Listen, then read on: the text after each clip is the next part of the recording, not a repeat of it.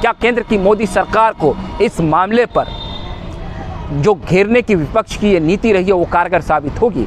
क्या इस रैली का असर आगामी चुनाव पर पड़ेगा? मुझे लगता है बिल्कुल नहीं पड़ेगा, क्योंकि आज की जो सोशल मीडिया का जो एक ज़माना है, जो जिस तरीके से खबरें पहले से ट्रेंड होती है, चीज़ें बनती हैं और बिगड़ती है, जो एक कोर वोटर होता है एक पार्टी का वो तो रहेगा ही, लेकिन इस प्रकार की रैली से और ख़ासकर एक भ्रष्टाचार के मुद्दे में एक राज्य के सीएम को अगर पकड़ा जाता है तो इस तरह की रैली से कोई बहुत ज़्यादा असर नहीं पड़ने वाला है। क्योंकि इस रैली को पहले तो अरविंद केजरीवाल की रिहाई के तौर पर देखा जा रहा था कि उनके गिरफ्तारी के खिलाफ ये रैली होगी, लेकिन बाद में इसे विपक्षी एकता की बड़ी रैली बना दी गई है और इस विपक्षी एकता के तहत मोदी सरकार के तमाम उनके कार्यकाल की नाकामियों को गिनाई गई है। मतलब साफ है कि केवल एक मुद्दे के आश्रय राजनीति नहीं हो सकती है।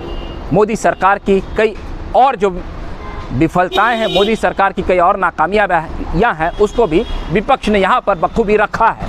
बहरहाल चुनावी वक्त है, तमाम पार्टियाँ मुद्दों के आश्रय जनता के सामने हैं और पक्ष और विपक्ष आमने सामने तो रहेगा ही। आपको हमारा ये वीडियो अच्छा लगा हो तो उसे प्यार दे दें। अगली बार हम फिर नए वीडियो के साथ आपके सामने हाजिर रहेंगे। तब तक के लिए आप हमें इजाज़त दीजिए। बहुत बहुत धन्यवाद।